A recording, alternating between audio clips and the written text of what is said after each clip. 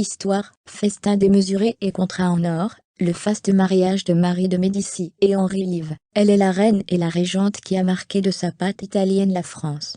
Alors que Secret d'Histoire retrace, ce lundi 16 mars sur France 3, le destin de Marie de Médicis, Vanity Fair raconte les festivités de ses noces avec Henri Live.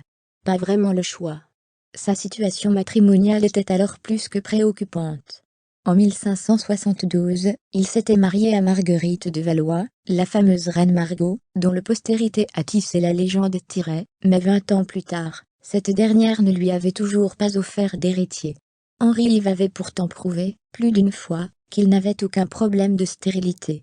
Il hésitait même à régulariser sa liaison avec l'une de ses maîtresses, et en même temps légitimer l'un de ses bâtards, pour être débarrassé de tous ces tracas d'ordre conjugal. Gabrielle d'Estrées, favorite qui a marqué l'histoire, aurait été parfaite dans le rôle, mais elle trépassa malheureusement, avant qu'il ne lui passe la bague au doigt. Après avoir obtenu l'annulation de son premier mariage, le roi de France s'appliqua donc à trouver une seconde épouse. De toutes les jeunes princesses européennes qu'on lui proposait, Henri Live, âgé de 47 ans, jeta son dévolu sur cette héritière florentine d'à peine 25 ans. Au dire de ses conseillers, Marie de Médicis n'était peut-être pas la plus jolie, mais au moins, elle était la plus riche.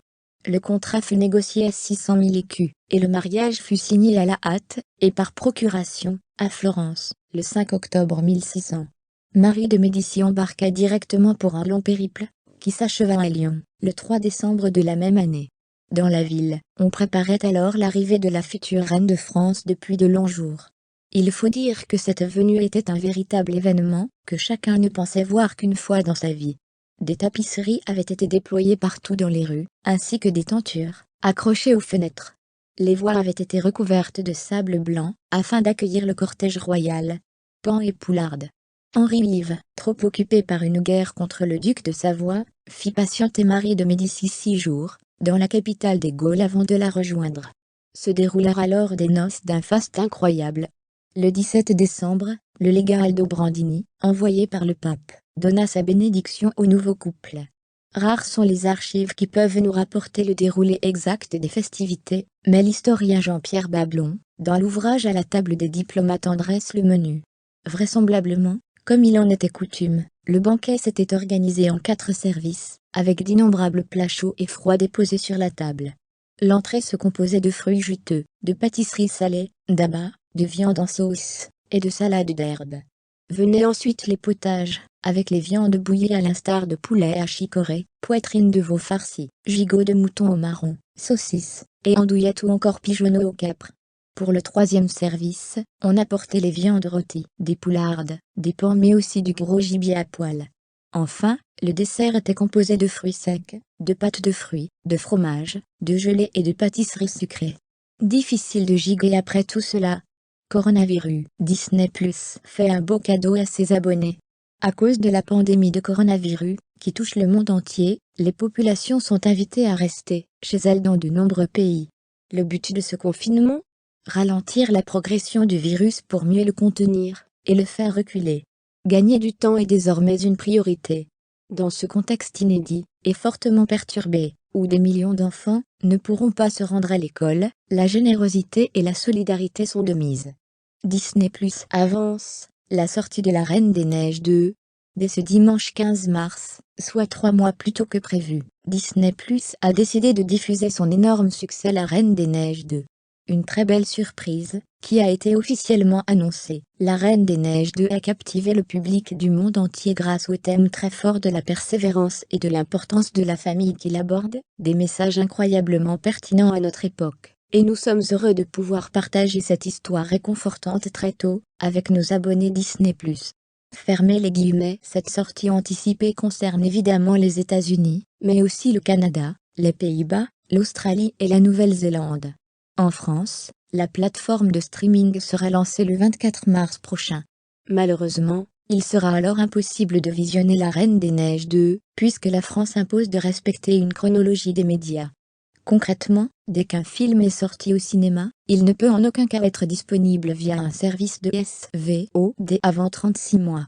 Une règle qui devrait évoluer dans les prochaines années, mais qui va pénaliser les familles durant cette période de confinement. Taylor Swift exhorte les gens à rester à la maison malgré la pandémie de coronavirus. La chanteuse s'est rendue sur Instagram dimanche pour demander à ses 128 millions d'adeptes de rester à la maison après avoir vu beaucoup de réunions, de blocages et de fêtes.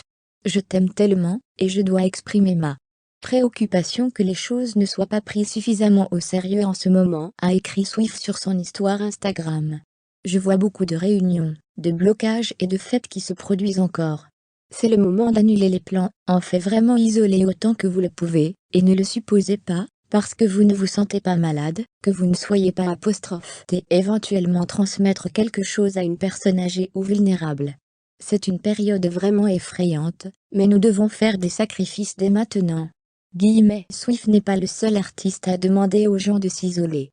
Ariana Grande s'est adressée à Twitter pour demander à 72 millions de followers de rester à la maison.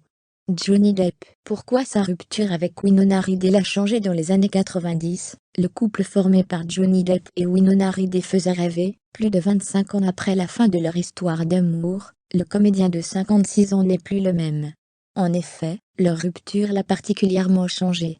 En 1989, Johnny Depp rencontrait pour la première fois Winona Ryder lors d'une avant-première. Très vite, le couple s'était fiancé et avait vécu une romance qui aura duré 4 ans. Fou amoureux, Johnny Depp s'était fait tatouer sur le bras Winona Forever, soit Winona pour toujours juste après leur fiançailles. Cependant, après leur séparation, il avait modifié l'inscription en Winona Forever, soit ivrogne pour toujours. Cependant, la séparation du couple a énormément affecté la star de Pirates des Caraïbes. À l'époque, Johnny Depp confiait au magazine américain Los Angeles Times que son honnêteté avait signé la fin de son couple. C'est très difficile d'avoir une vie personnelle dans cette ville. Durant ma relation avec Winona, c'était mon erreur d'avoir été aussi ouvert, mais je pensais que si nous étions honnêtes, ça détruirait leur curiosité morbide. Mais au lieu de ça, ça la nourrit, et a fait croire aux gens qu'ils en faisaient partie. Dévasté, le comédien se rendait alors sur le plateau du film Edouard en larmes. Tim Burton, réalisateur du film, avait alors révélé « Je me sentais tellement mal, je lui ai demandé pourquoi cela s'était produit, mais tout ce qu'il a dit était « ce n'était pas de sa faute, c'était la mienne ». Le réalisateur a ensuite commencé la relation de l'acteur avec le mannequin Kate Moss. Ce n'était pas la même chose qu'avec Winona. Je me sentais bizarre à ses côtés, car il n'était plus lui-même. C'est presque comme si Winona avait pris l'âme et l'amour de Johnny. L'une des relations les plus importantes de ma vie accusée de violence conjugale par son ex-femme, Amber Heard, Johnny Depp avait récemment pu compter sur le soutien de Winona Ryder. Dans un communiqué, la star de Stranger Things a déclaré « Nous avons été en couple pendant 4 ans, et je le considérais comme mon meilleur ami. Je considère notre relation comme l'une des relations les plus importantes de ma vie. L'idée qu'il soit une personne incroyablement violente est la chose la plus éloignée du Johnny que j'ai connu et aimé. Il n'a jamais été, jamais violent envers moi. Il n'a jamais été, jamais du tout violent envers moi.